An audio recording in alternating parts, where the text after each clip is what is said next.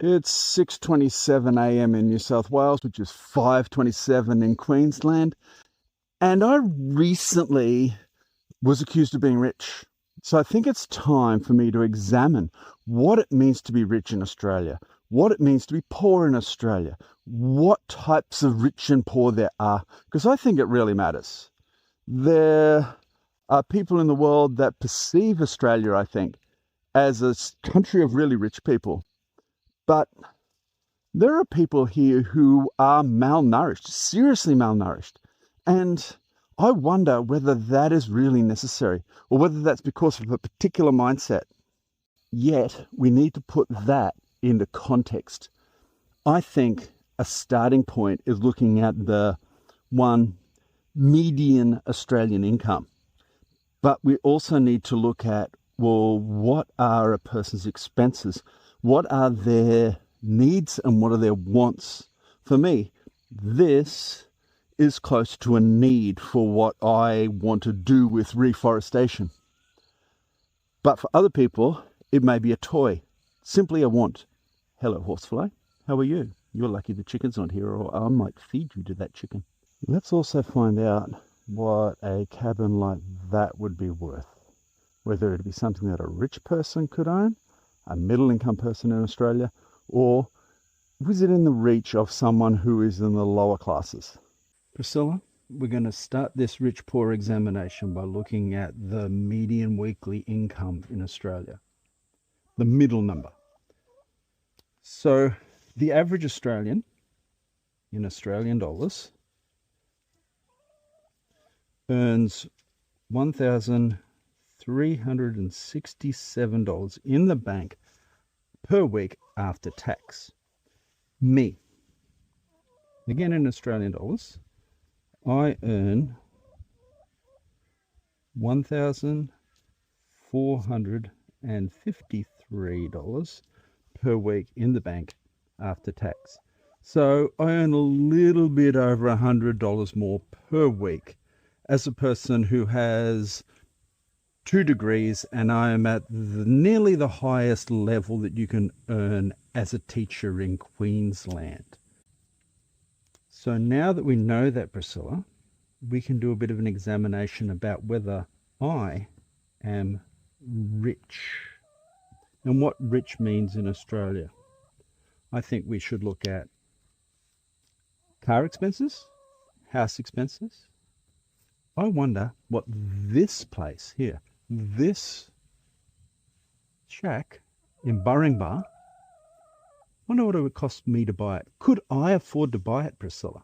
I think that's a good question to ask. I am going to take my wife's car, our leased car, because we don't own a car, and I'm going to go visit some real estate agents. You're not coming. You got to stay here.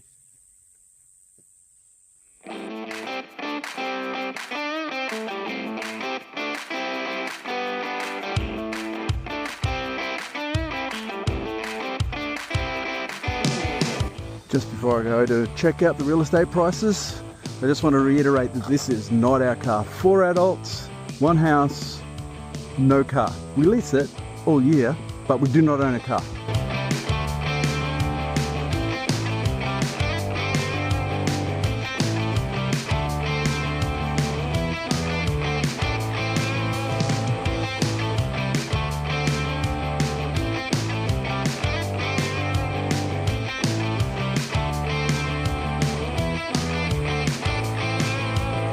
That's something, well, it's bigger.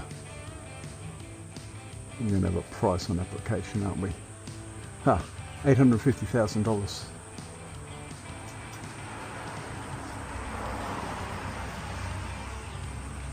So this one, 5 bedrooms, 3 bathrooms, 1 carport, a lot bigger than what I've got, what I'm staying in, 2.8 million.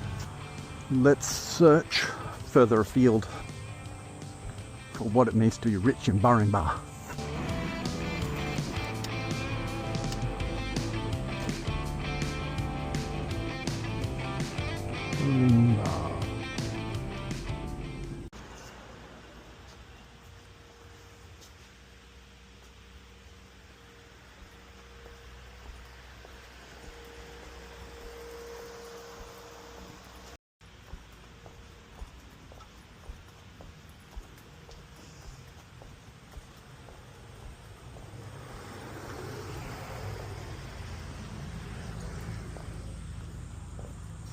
Best not to carry this around town.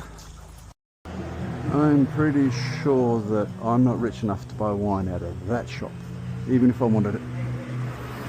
Hey Priscilla, I got you something to practice being a real chicken. Chickens perch. They don't lay on the ground. I think that's why your feathers are a bit weird. Here we go, try this out. Shouldn't roll over. Instead of this. Oh no! It's way too hot inside. Time to go and sleep out in the hammock.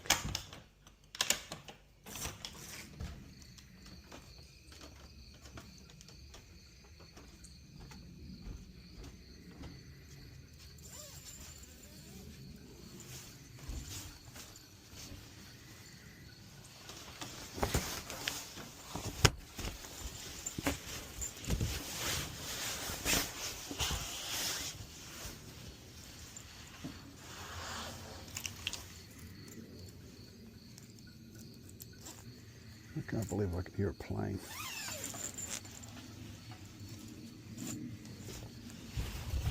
That's better. I'd originally planned to compare the cost of things to the median Australian income as a percentage. The drone, the car, the cost to that place at the real estate agent I went to yesterday, the cost of renting this place as a percentage of the median Australian income. Then last night, because it was so hot, I went out of there and I slept in this hammock.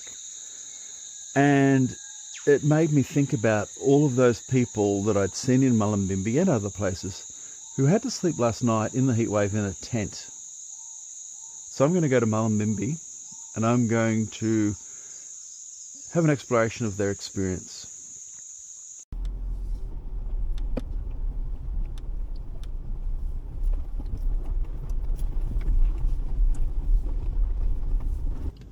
There's a rumour, and that rumour is that the town of Mullumbimby is the biggest little town in Australia.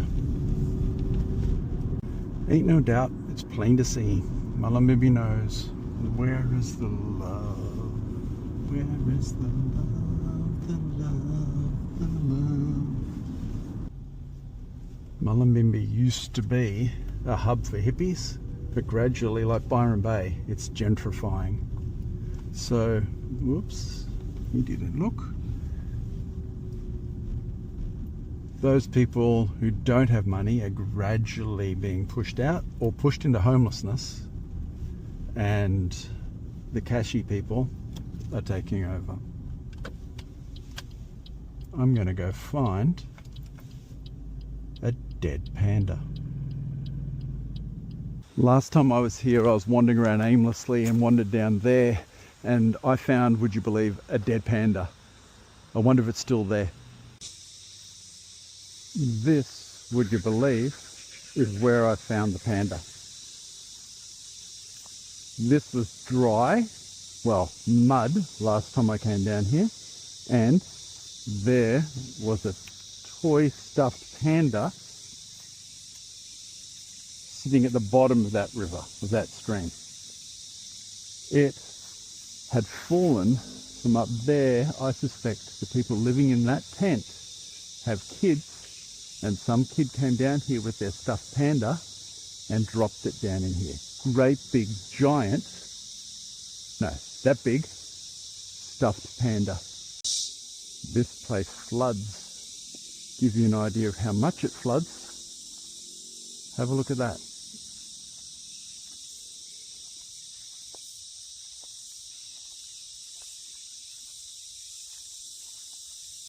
I think this is a really good contrast between the haves and have-nots. That person over there, or those people, are living in a makeshift teepee, not even a purchased tent. Over here, there are people playing in a swimming pool. And when this floods, and it will, could even be tonight, what warning will that person get, or that family up there get, about the flood that is going to be potentially 2 meters above their head? What chance have they got to get away from that? And even without the flood, with the heat waves, imagine how hot it would be being inside those tents. I slept out last night in my hammock of my own choice. I had a choice. Those people, they don't have many choices. All nice and clean, set for that. And into the car with a ton of chicken food. I kind of overestimated how long we might get stuck here if the storms set in. Next step. Chicken that hasn't laid an egg yet this morning.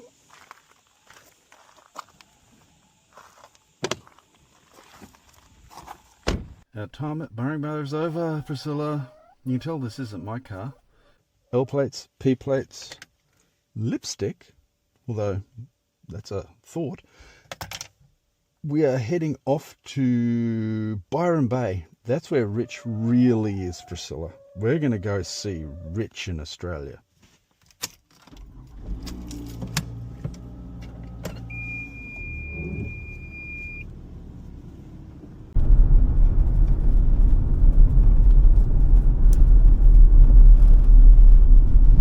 I just had an idea.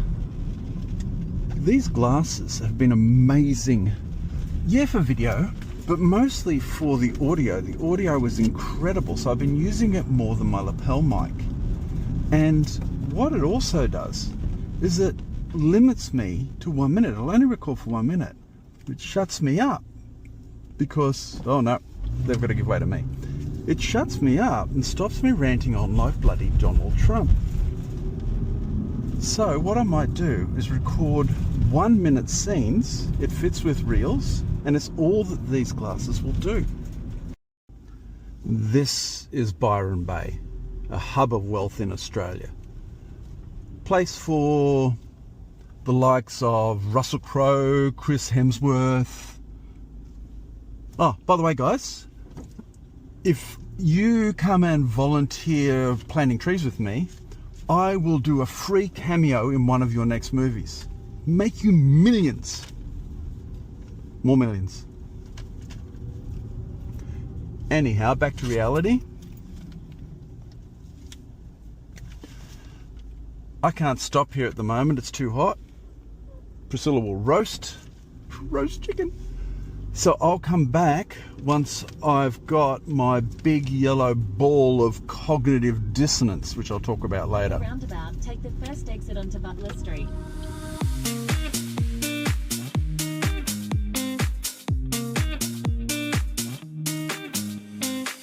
No, I don't wanna wait. I think we need to go. Come with me and run away. Start again in a place nobody's got to know. Come with me and run away. Pack up your bags, cause we're going now. Driving all night to the edge of town. Just you and I, no one else. Hey Siri, take me home. Take me home. You'll need to unlock your iPhone first. Apparently I'll need to unlock my iPhone first. 160 trees in 2 tree kill incidences.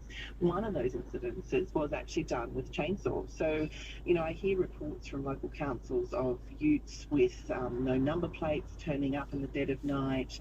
You know, neighbours complain of noise and they can't really work out what's going on. And it's only when they wake up in the morning that they realise somebody has hacked away trees or, you know, in a certain area. One of the biggest issues here, I think, is that councils are being asked to police this sort of vandalism, and it really is. I know our police are incredibly busy, so our councils just don't have the bandwidth to be policing this sort of vandalism as well. The other main way people do it is they inject poison into the roots, which is even more insidious because you can't see them do it. They literally walk in, they inject below the grass line, and you just watch a tree within the space of about 24 hours go from being green to brown.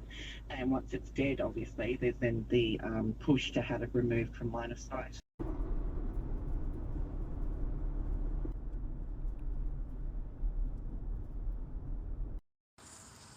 I just realised I got so caught up with writing and filming this morning But I forgot to have a coffee. No wonder I'm a little bit not functioning at 100%.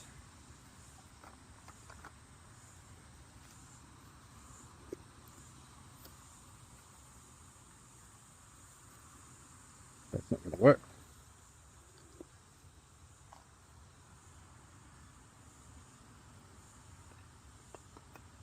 And this car will need to vacuum out.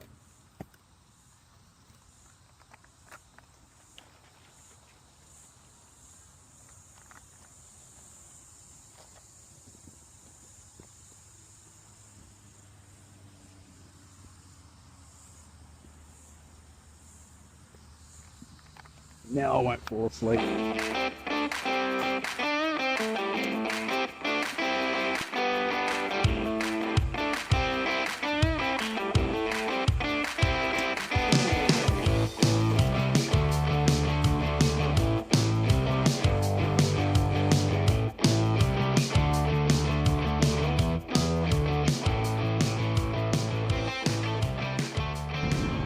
So far I've used over 1/4 of a tank of fuel and the related emissions just filming part of one scene. And considering that my focus is on preventing environmental degradation or compensating for it using reforestation, am I being hypocritical? I could instead be sitting at home and not creating these emissions. But would that be encouraging other people to get involved in reforestation? Could I encourage people to get involved with reforestation by sitting at home and not creating these emissions? I kind of don't think so. So maybe this 1/4 of a tank of fuel or whatever is the cost of doing business, the cost of what it takes to actually get people involved. Maybe I'm kidding myself. I don't know. But I'd rather be doing something than sitting at home doing nothing. And after getting back to Brisbane, filling up with fuel, let's see what percentage of my weekly income this is going to cost. $63.77 at $1.65 a litre. Sometimes it's up around $2 a litre. That's cheap.